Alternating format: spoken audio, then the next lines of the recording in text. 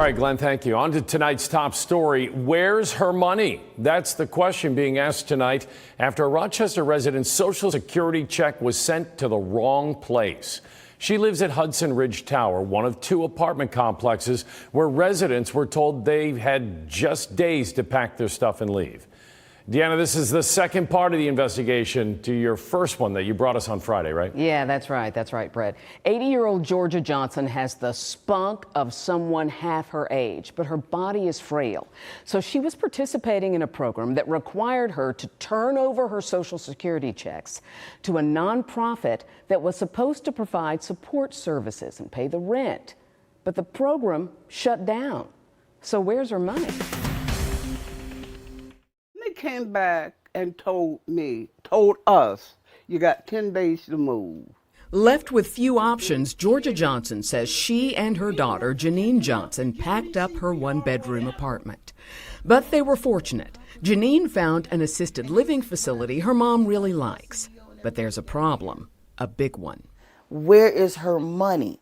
That's the question, and they've gotten few answers. Georgia was a resident in the Enriched Housing Program, a program that provides support services that enable elderly and disabled residents to live independently at Hudson Ridge and Danforth Towers. Participants had to sign over their Social Security benefits to this nonprofit, Family Service of Rochester. The charity was supposed to provide support services and pay the rent.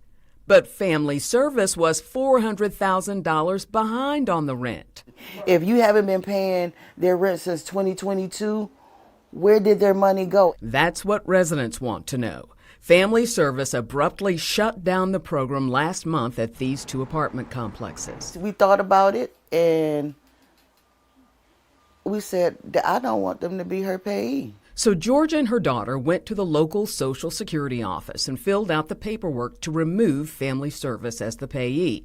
But Social Security mistakenly sent Georgia's June check to the nonprofit, telling Georgia she'd have to go to Family Service to get her money back. She did just that. No response. But if the program is shut down, they shouldn't have any access to their funds in the first place. I contacted Family Service and got this written response. If Family Service is a representative payee for a former resident, it can only release funds for rent when it has an invoice or written bill. If a former resident is living in a new facility or wishes to move to a facility, an invoice in that person's name must be sent to Family Services. This indicates the nonprofit is still getting residents' Social Security benefits even though it shut down the program. It's insane. It's heartless. You know, it's evil. It's evil for you to take advantage of helpless people. You know, and then Kenny from the kitchen. Now, Family Service told me in a statement that it's taking direction from Social Security about how to handle the funds of residents. But you'll remember Social Security told Georgia she had to get her June benefit check back from Family Service.